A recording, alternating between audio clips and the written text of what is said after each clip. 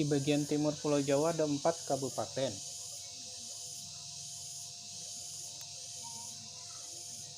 Di sini saya amati kabupaten yang dilalui alas atau hutan. Dari dua dari keempat kabupaten ditutup alas Gumitir dan alas Purwo. Kedua alas itu terletak di antara kabupaten. Apa kedua hutan tersebut berpenghuni? Hutan berpenghuni. Tunjuk 2. Alas Gumitir, alas Purwo. Di sini kita cari alas yang ada pemukiman. Ternyata hanyalah alas Gumitir. Jika masih penasaran, kita lihat versi Google Map. Petunjuk 3, kondisi geografis. Kita perbesar area bagian timur. Di sini saya lingkari area Jember dan Banyuwangi. Alas Gumitir, saya perbesar areanya. Search Google Map. Gunung Gumitir. Ini area sekitar alas Gumitir. Di sebelah timur ada patung penari. Di sebelah utara ada pemukiman penduduk yang sepertinya tempat tinggal bagi petani kopi, karena setengah dari kawasan ini adalah perkebunan kopi. Kalau Anda perhatikan dengan teliti, desa tengah hutan akan menemukan kawasan kecil di tengah hutan yang dilingkar merah, seperti yang digambar sama penulis. Bahwa untuk menunjuk lokasi harus melewati jalan yang tak beraspal. Kalau kita perhatikan bahwa padahal di Pulau Jawa semestinya sudah terintegrasi.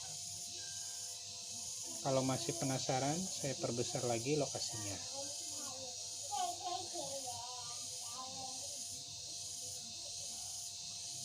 Sesuai dengan cerita penulis bahwa di sana terdapat perumahan, balai pertemuan, tapak tilas Maharese Markadaya. Tapak tilas di sini ya. Bangunan beda arah.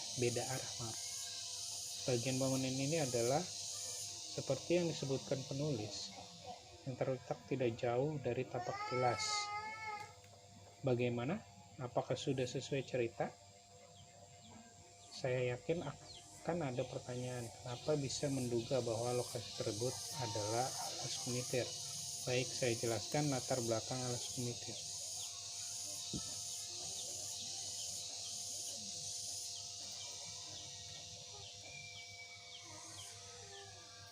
Alas Gumitir terletak di Gunung Gumitir dengan ketinggian 620. Daerah ini merupakan penghasil kopi. Dahulu rakyat Banyuwangi dipaksa berhutan sampai akhirnya sebagian besar dan mereka mati kelaparan. Saat ini perkebunan kopi dikelola oleh pemerintah. Alas Gumitir juga tempat habitat monyet. Di sana juga banyak tumbuh bunga gumitir yang sering digunakan untuk sesajen. Kalau ada melewati alas Gumitir, pasti akan menemukan pengemis atau awe-awe dalam bahasa setempat, dan sebagian besar mereka sudah lanjut usia. Tidak lupa juga melewati patung penari. Patung ini menandakan sultan akan selamat datang. Secara simbolis memang benar, tetapi ada sejarah seperti yang dijelaskan oleh disebutkan sang penari untuk menghibur para pekerja. Penari yang dimaksud adalah penari gandrung. Tujuan dari penari ini mirip dengan penari longgar di daerah Banyumas, yaitu namun tidak sedikit dari mereka yang dijadikan sebagai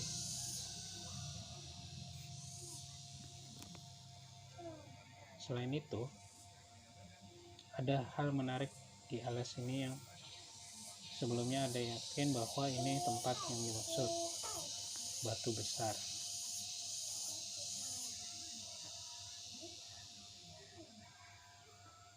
Di setiap alas atau hutan pasti terdapat batu besar yang berdiri kokoh di tengah kerasnya hutan, sehingga Tadi siapa sih yang kunci?